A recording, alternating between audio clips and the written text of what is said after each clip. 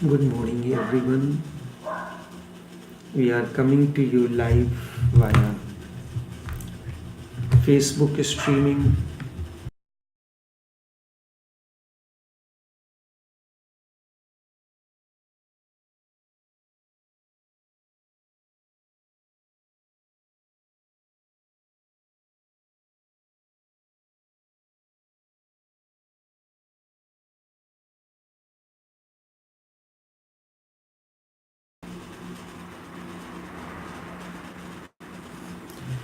Buddha is your inner essential nature.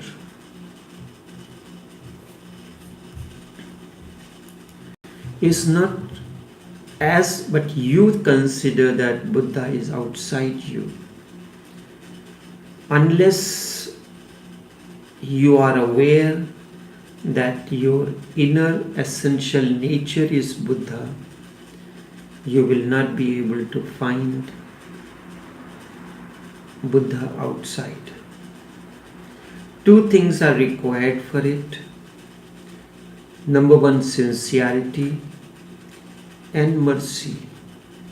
These are since mercy, or you can call it compassion, these are the two essential qualities of a Buddha. His compassion will give you the idea of his love, his overflowing love for no reason at all.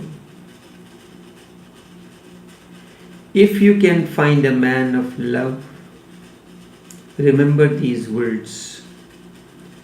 One glimpse of such a man and you are in love. Then love blossoms in you. You know what essentially love is. You are then the embodiment of love. If you can find a man of love, then do not miss the opportunity. He becomes the door to enter into him, and you will find sincerity. By love, I do not mean love at the physical level. Sincerity does not mean seriousness. It means truthfulness. It means authenticity. And how would you judge whether the man is authentic, truthful or not? There is only one thing to remember. Truth is solitary. It is paradoxical. Only untruth is consistent. Truth is not consistent. If you find a man very consistent, avoid him, because that means he is simply philosophizing. He has not yet experienced anything. Certainly he is not a sincere person. A sincere man is one who simply says, whatsoever the case is, whether it contradicts him, whether it is consistent or inconsistent, it makes no difference to him. This is very important to remember.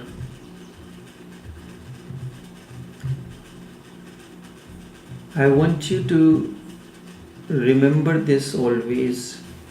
Sincerity does not mean any kind of seriousness. In reality, it means truthfulness. It means authenticity. And how can you judge whether the person is authentic, truthful or not? There is only one criteria and one thing for you to remember. Truth is solitary. It is paradoxical. Only falsehood or untruth is consistent.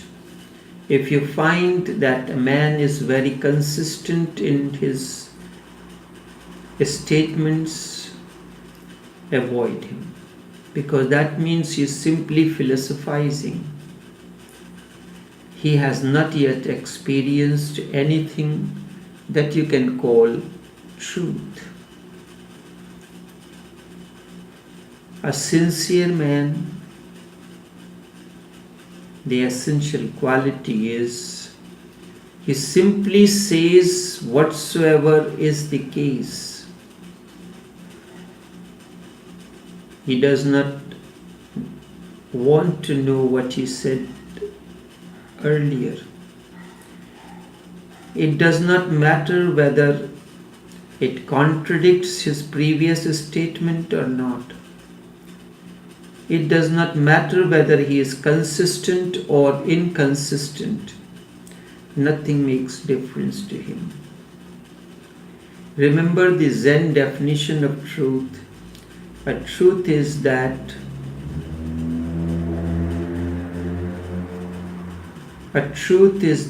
whose contradiction too is true. A man of sincerity is always bound to be paradoxical, and that is where we go on missing it, because you want consistency in statements, in behaviors, but that is not the aspect of truth. Everyone is paradoxical. You are hungry. You ask someone to bring the food for you. Two people hear it. One brings out whatsoever is available for you. The other does not want to give you what it is available there. Instead, he prepares something for you. But by the time he is finished preparing, the first one has brought the food and brings it for you. Seeing the food, you said, I am not hungry. When you said that I am hungry, I want to eat something, that was truth. And when you said I am not hungry, seeing the second platter of the food, that is also true. But to the second person, this will be paradoxical. It will be inconsistent.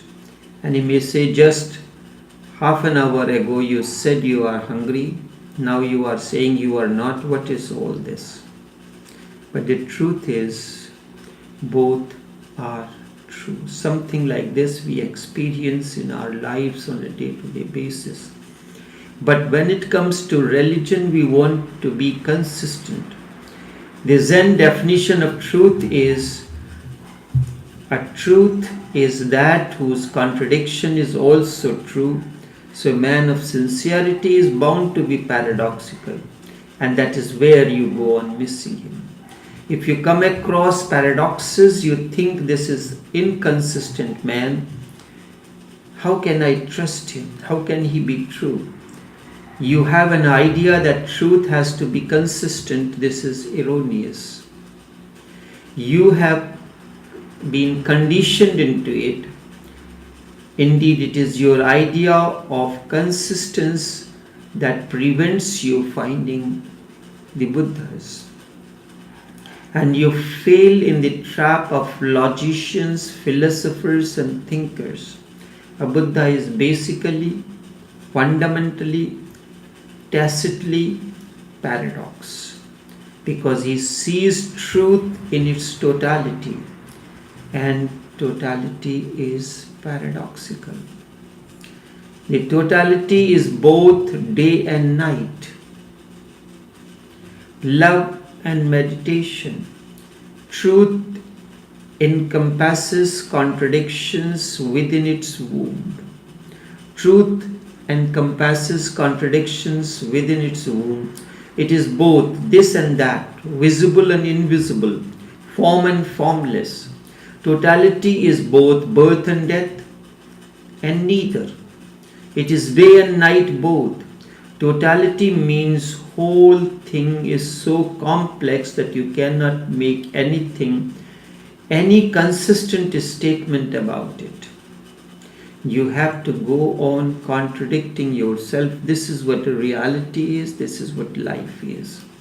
If you can find a man of contradictions, you may be close to somebody who knows. Truth is that whose contradiction too is true. Look for the sincerity through the paradox. He is so sincere that he is ready to be inconsistent. The sincerity is such that he is ready to be called mad. A Buddha is a madman. His sincerity is such that he does not try to convince you through any logic, because he is not a salesman. A salesman tries to be consistent and tries to convince you to sell his products. He is not worried. A Buddha is not worried about convincing you. He simply states whatsoever is the case in the moment, and that's all. Whether you are convinced or not convinced, that is up to you, not his concern. It does not matter to him the least. He is not in any way interested in forcing anything upon you. He is there to help you, but not to coerce you. This is his compassion. He is there to help you, not coerce you. And what is mercy? It does not mean pity. Buddhas don't pity you. Remember, Buddhas do not pity you because pity arises out of ego. They are merciful and compassionate. The difference between mercy and compassion is great. Just the other day somebody asked me a question about stringent meditation techniques. And not only that, he mentioned the incident that I mentioned some days ago about one of the disciples. One mid-morning, somebody phoned me and said that she wants to commit suicide. Disciple, Master, I am going to commit suicide. I told her that is very good. Indeed, it's a wonderful idea. Put down your phone and rush to commit suicide before you can change your mind. She was startled and began to stammer. Yes. And when somebody stammers, fumbles, I am really going to commit suicide, and you have made the right decision to commit suicide, I told her. Have you decided how are you going to do that? By jumping from the cliff, drowning in the ocean, taking the overdose of sleeping pills? And let me tell you, the best and the sure way of commit suicide. Do not worry, I know the best way, and I am coming to help you to commit suicide. And I am totally in your decision with you. You have made a conscious choice. Anything that is done consciously will certainly take you beyond. He mentions that listening to this story, I thought you are very cruel. You did not persuade the girl not to commit suicide. On the contrary, you was telling her the ways to commit suicide and ready to take her to the sea to jump from the cliff and die. What kind of compassion is this? You missed the whole story. She was saved. You missed the point. It is not how she was saved. The point is that she was saved. Look at the result. Hearing this, my answer, she burst into laughter. And she laughed for a few minutes. And then she cried. She is still alive, but transformed. A compassionate man, a Buddha, looks at the result. What devices are used are not important. He is ready to use any device that may be necessary. Just look at the objective result. A compassionate man is not sentimental or emotional at all. He is interested in the results, nothing else. He is simply interested in results. You would have liked me to hug her and persuade her not to commit suicide and deliver a priestly lecture, but then she would have committed suicide. Would it have been compassion? I would have driven her to suicide. That is what her parents, her mother and father and friends were doing. They were driving her to commit suicide.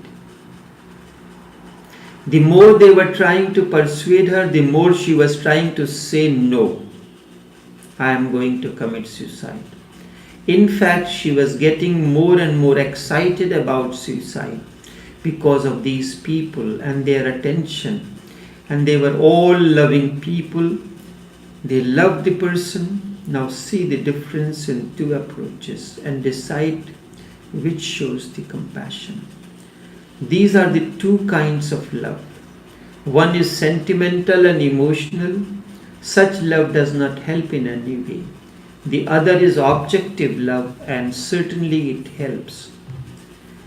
But then the person who is full of objective love decides how to move in a particular situation. How to move in a particular situation, his sole concern is how to save people. I wanted to save this girl, that's why I was so cruel. And I wanted you also to be saved. That is why all the meditation techniques that you are asked to go through are cruel. Sometimes even people who should be more knowing misunderstand. I recall one of my father's uncle was a compounder in the hospital, but he was very well established, much experienced in his approach, but he was very outspoken in his treatment or approach. Once I was a little child, we went to the barber, and maybe the razor that he used to clean the temples or something behind the ears, that was infected, and we get kind of an infection there, and it was little painful, and so my father carried me to his uncle. He said he has to do the dressing, and it was really hurting the way he was cleaning it up, and so I said, "Grandpa, this is hurting." And he shouted at me, "Shut up, you nonsense." Of course he did it in Hindi. And shut up, and if you do not shut up, I'll give you a slap. And he continued his dressing. 2 days after, and everything settled, and it get cured. But I did not like the way he spoke. This is how the situation is of everyone. But he was interested in curing. His ways and means were very cruel, but his objective was different. Generally, you do not know anything about objective compassion. Add it to your dictionary. Objective compassion, listening to the incident. The person was very much shaken, and he was not even courageous enough to say it to me.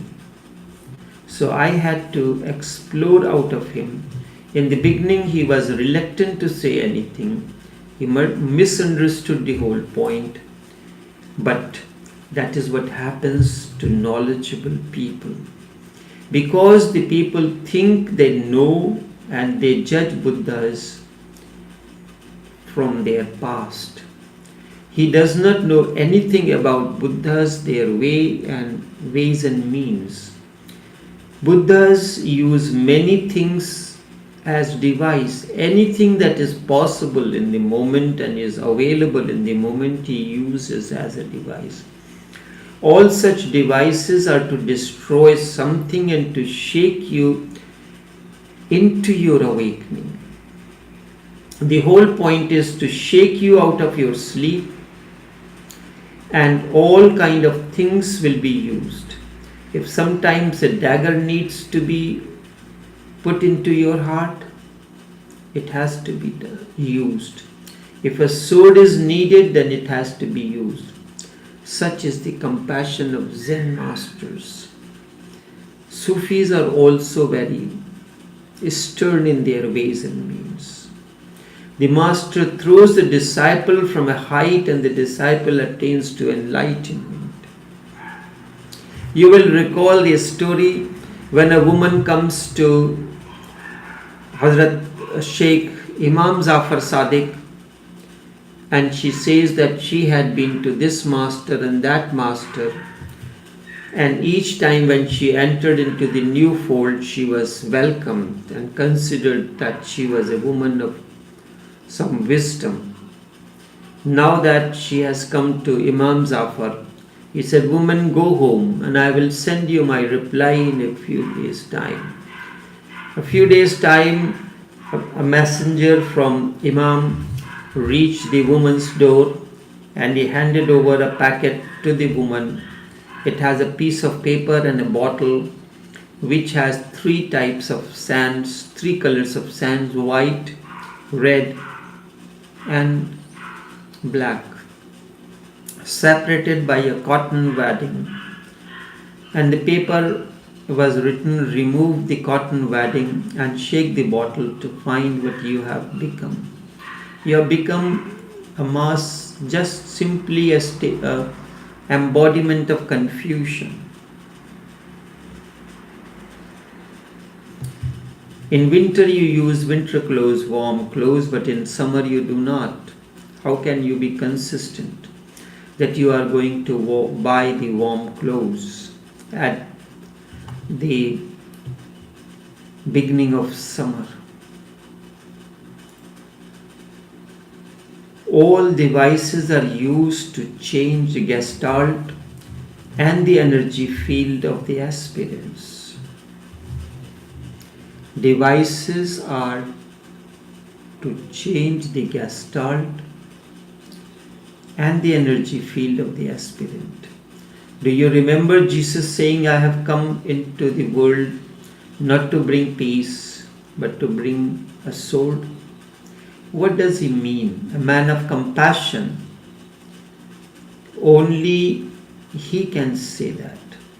Only something like a sword can shake you out of your sleep.